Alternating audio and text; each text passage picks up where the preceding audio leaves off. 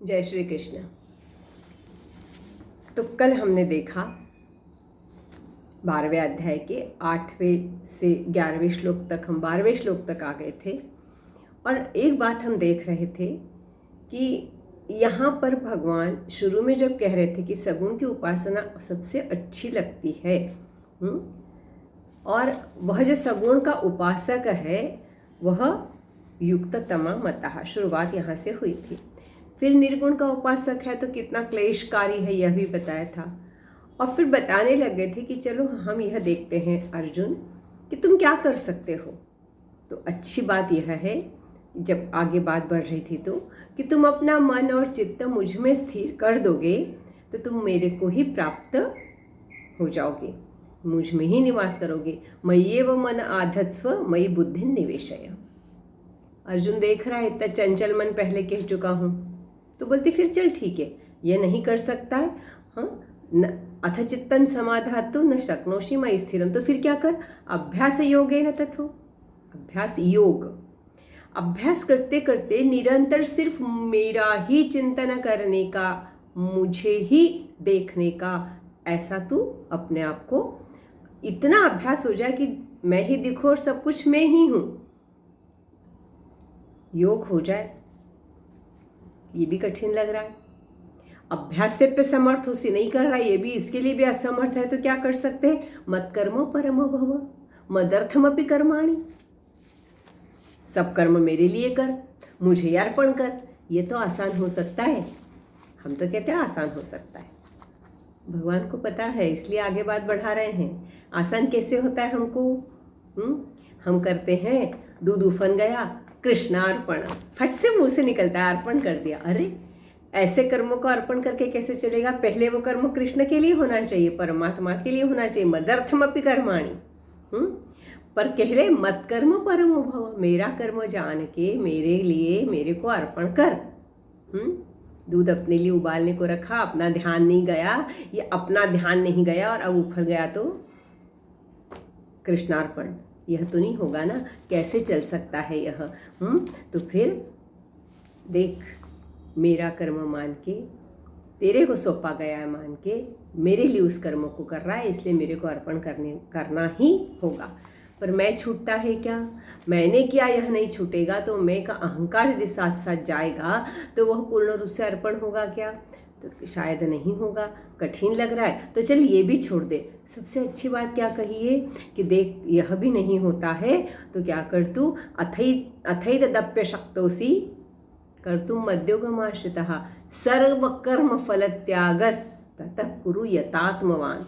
शुद्ध कर्म करने वाला, दुष्कर्म नहीं करना है, इस तरह से अपने कर्म करने वाला बन के क्या कर, कर्म फल का ही विचार छोड़ दे, तो फिर कुछ समस्या ही नहीं रहेगी। मैंने किया वाला भाव है, अर्पण करते समय तो अहंकार रहा, मैंने किया चलता गया साथ में, तो तू फल की बात सोचना छोड़ दे, कर्म कर और भूल जा। आसान है क्या, जरा सी बात करते हैं, भूलते ही नहीं हैं। वह उसका फल कह रहे भगवान कि फल तो मिलने वाला है। बहुत पहले ही कह चुका हूँ कि कोई भी कर्म निष्फल है ही नहीं। कब, कितना, कैसा, क्यों, किस लिए, यह सब कुछ मैं तय करता हूँ और मैं देता हूँ। इतना विश्वास रख, और इस विश्वास के साथ तू आगे बढ़, और फिर फल की चिंता तू क्यों करेगा। कर्म करके और निर्लिप्त हो जा, निरासक्त हो जा उस कर्म पर से।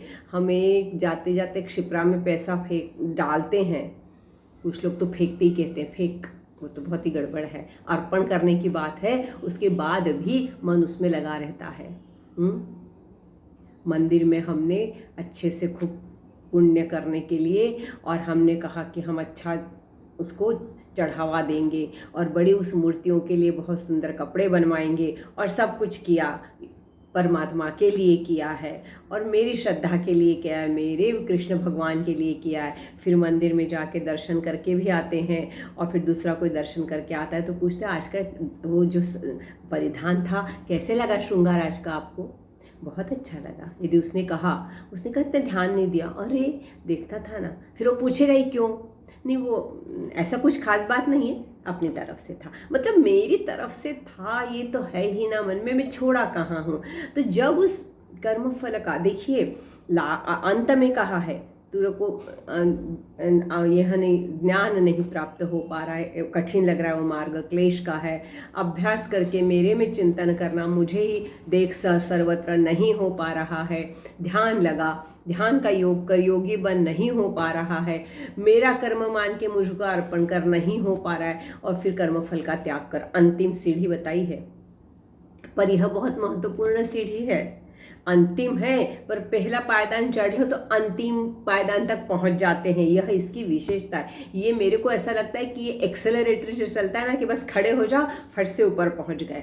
तो यह जो कर्म फल त्याग की बात भगवान कह रहे हैं कि यह तो आदत डाल, यह करने का सोच के करना प्रारंभ कर दे, इस विश्वास के साथ कि मैं फल देने वाला हूँ ही, और देख फिर कुछ भी नहीं करना पड़ेगा, क्योंकि आगे के श्लोक में भगवान ने कहा है, कल हम इस पर बहुत चर्चा कर चुके हैं, पर फिर भी इस अध्याय का सबसे महत्वपूर्ण भाग जो है और सबसे समझने की जो बात है कि भक्त कौन है। भक्त मतलब जो निरंतर भगवान का चिंतन करता है, कर्म फल त्याग करने वाला निरंतर इस विश्वास के साथ है कि वो तो है ही, मैं क्यों चिंता करूं, वह है ही, मेरा जो कुछ है वह वही देखने वाला है, और योगक्षेम वहाँ में हम वो कह तो चुका है मुझको, तो मुझे चिंता करने की बात नहीं। इस विश्वास के साथ मैं बस कर्म करके निकलता रहूँ, कर्म करके निकलता रहूँ, तो यह बहुत ही महत्वपूर्ण है, और हो सकता है सहज, थोड़ा सा प्रयास करके होगा, विश्वास है तो होता ही है। तो इसलिए यह महत्वपूर्ण है, क्योंकि भगवान ने ही आगे क्या कहा है कि श्रेयो ही ज्ञानम अभ्यासा ज्ञानात् ध्यानम निरंतरम, ज्ञानात् ध्यानम विशिष्यते, ध्यानात् कर्म फल त्यागात् शांतिरनंतरम। अरे कुछ नहीं होगा तो देख, ज्ञान अभ्यास से ज्ञान श्रेष्ठ है, ध्यान से कल बात हम कर चुके थे कि ध्यान श्रेष्ठ है, और ध्यान से भी मेरे लिए कर्म फल त्याग करने वाला सबसे श्रेष्ठ है, क्योंकि उसमें परम शांति प्राप्त होती है। परम शांति मिल गई तो और फिर क्या चाहिए। परम शांति कैसे प्राप्त होती है, तो भगवान यही कहते हैं कि उसमें मन नहीं है, उस फल में मन अटका नहीं है, तो वो शांति ही है ना। नहीं तो हम कुछ करते हैं उसके परिणाम पर हमारी चिंता है। हमने करने के बाद जब तक फल नहीं मिलता उसके साथ चिपके रहते कि वो फल मिलेगा, फल मिलेगा, कैसा मिलेगा, कितना मिलेगा, तो हम कहाँ शांत हो पाते हैं।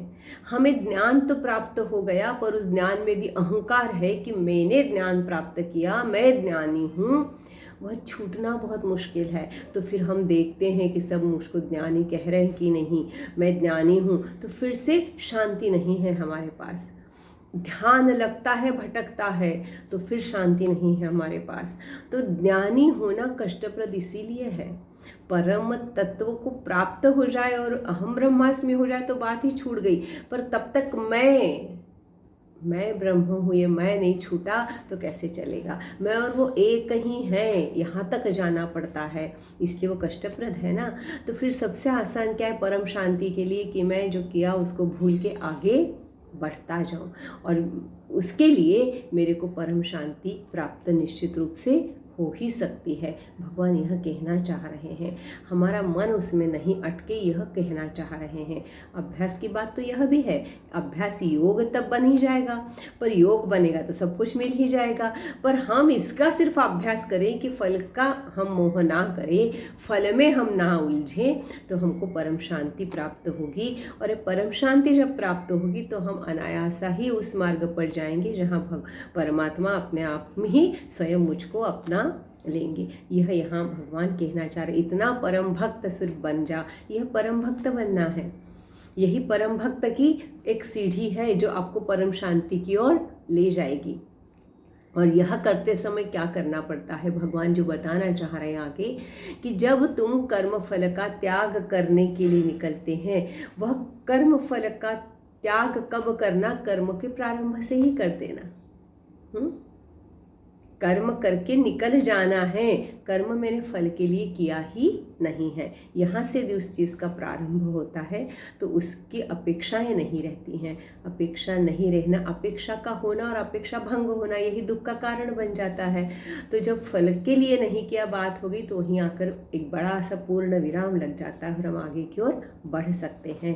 तो यह बात भगवान कहना चाह रहे हैं यहाँ पर कि यदि ऐसा तू कर सकता है तो परम शांति को प्राप्त होगा अर्जुन, और परम शांति को जब तू प्राप्त होगा तो फिर ऐसा भक्त देखिए सब कर रहे थे। हम तुकाराम को देखते हैं, हम एकनाथ जी को देखते हैं, हम चोखोबा मेला को देखते हैं, हम कबीर को देखते हैं। कौन था जो अपना कर्म नहीं कर रहा था? नियत कर्म तो करना ही है ना, स्वधर्म तो कर्म करना ही है ना, पर उससे किसी भी कर्म से उनको किसी फल की अपेक्षा नहीं थी। हर कर्म जो था वो सिर्फ परमेश्वर का मान के और करते गए। मेरा नियत कर्म है, मेरे को कपड़े बुनना है, उस कपड़े बुनने में ही मैं ईश्वर को देख रहा हूँ। मैं खेती, मेरा जो माली का काम है कर रहा हूँ, और वही सब पेड़ पौधों में मैं ईश्वर को देख रहा हूँ। वो काम कर्म के निकल गया मैं। तो यह जो भाव है, यह भाव बहुत महत्वपूर्ण है, और इस भाव से यदि मैं चलता हूँ तो परम शांति। देखिए कितने कष्ट आए, कितने प्रसंग आए, पर उन्हें उससे कोई भी परेशानी नहीं हुई है। जितने भक्त हैं वो इन सब चीज़ों में से बहुत आसानी से निकल गए हैं, निकलते हैं, क्योंकि हर चीज़ को सहज रूप से प्राप्त करना वह ईश्वर इच्छा। मैंने कर दिया और मैं निकल गया, बाकी सब कुछ उसको है। जब देगा, जितना देगा, मुझे सब कुछ मान्य है, क्योंकि मैंने उसके लिए किया ही नहीं है। इसलिए उसकी आशा भी नहीं कर रहा था, ना उसके लिए मैं रुका था कि अब मिलेगा फल तो मैं कुछ करूँगा। मैं तो आगे बढ़ता गया। तो यह जो बात है, यह बात महत्वपूर्ण। हम कैसे समझ सकते हैं? हमारे छोटे छोटे कामों से समझ सकते हैं।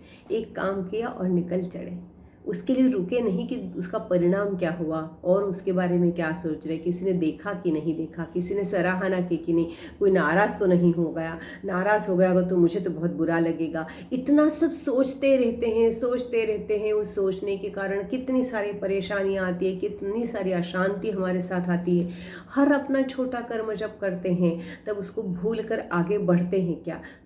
फल है तो फिर उसको भूलते नहीं ना कर्म को, पर फल की आवश्यकता ही नहीं है क्योंकि उसके लिए किया ही नहीं है, तो हम सहज रूप से भूल सकते हैं। और यह भगवान जो चाह रहे हैं, यदि इतना तुम कर सकते हो तो फिर ये ऐसा करने वाला कैसे होता है, मैं वह तुम्हें बताना चाहता हूँ। और आगे भगवान ने कुछ भक्तों के लक्षण बताए। आपको याद होगा हमने स्थितप्रज्ञ के लक्षणों की बात की थी, तब भी मैंने आपसे कहा था कि भाई उन लक्षणों को तो अपने को खुद को तैयार करना है, पढ़ना है। और यहाँ भक्त के लक्षण बता रहे हैं, यह भी क्या क्यों बता रहे, हमेशा आप याद रखते हैं भक्त के लक्षण तो 35 के ऊपर बताए हैं। यहाँ पर भी लिस्ट बना सकते हैं, सूची बना सकते हैं। एक ही सिर्फ बात हम ध्यान में रखेंगे कि यह जो लक्षण बताए जा रहे हैं, यह लक्षण, यह चेकलिस्ट मानिएगा, स्वयं के लिए है। यह मुझ में है क्या, यह देखने के लिए है, दूसरों को जज करने के लिए नहीं है। यह जितने भक्त हुए उनमें ये है कि नहीं देखने के लिए भी यह नहीं है। क्योंकि हमारी आदत क्या हो जाती है कि हमने भक्त के लक्षण याद कर लिए, पढ़ लिए, इसमें से नोट डाउन भी कर लिए और हम देखने भी लग गए। और फिर हम सामने वाला जब कहता है भाई वो तो बहुत बड़ा भक्त है, तो हम चेकलिस्ट उस पर लगाने लगते हैं कि अरे ये तो इसमें कुछ है ही नहीं, इतने सारे बताए हैं। अरे काय का भक्त, बस बड़ा बोले हैं, खुद के लिए हैं। हमेशा एक बात याद रखना कि मैं साधक हूँ, मैं उस ईश्वर तक जाने की, परमात्मा तक जाने की साधना कर रहा हूँ। यह भाव यदि मेरे मन में है, यह जन्म मानव जन्म मेरे को मिला है, अनमोल मिला है, मेरे कर्तव्य की पूरी पूर्ति में करना है। इस संसार में रहकर, गृहस्थाश्रम में रहकर मैं सब कुछ करूं, और सब कुछ करते हुए मैं निष्काम भाव से, मेरे को फल नहीं चाहिए, इस भाव से मेरा कर्म करके आगे बढ़ने की आदत डाल लूं, तो मुझे क्या क्या करना है, यह चेकलिस्ट है मेरे लिए। मैं टिक मार्क लगाऊं कि मुझ में आ रहा है क्या। मैं दूसरों को जज नहीं करूं, मुझे दूसरों में आए कि नहीं देखना है। यह बात यदि हम मन में धारण कर लेते हैं तभी सिर्फ फिर हम आगे जा सकते हैं। तो हमेशा जहाँ जहाँ कहीं भगवान ने जब जब कुछ लक्षणों की बात की है उन सब का हम एकत्रीकरण, 18 अध्याय हो जाने दीजिए, फिर इनमें से सब का एकत्रीकरण करेंगे और उनमें से हम क्या कर सकते इस पर यदि हम चिंतन करेंगे तो इस जन्म में हम कुछ तो उस मार्ग पर निश्चित रूप से जा सकते हैं। तो इस कल दौड़ते भागते हम कुछ लक्षणों की बात करेंगे, बहुत ज़्यादा की नहीं। एक बात ध्यान में रखते हुए यह करने वाले हैं कि यह जो दीप लगाया है इस भगवान के लिए, यह चेकलिस्ट, इसको हम अपना ध्येय मानेंगे और इसको साक्षी मानकर अपने आप को हम परखने की प्रयास करेंगे। और यह जो है यह हमको देखते हुए आगे बढ़ना है, इतना ही हम ध्यान में रखेंगे। हम दूसरों को जज नहीं करेंगे, पहले भी ये बात तय होगी कि हमें जजमेंटल नहीं होना है। अब इस चेक लिस्ट में हमको खुद को देखना है, यह बात मानते हुए कल हम देखेंगे इस चेक लिस्ट को। जय श्री कृष्ण।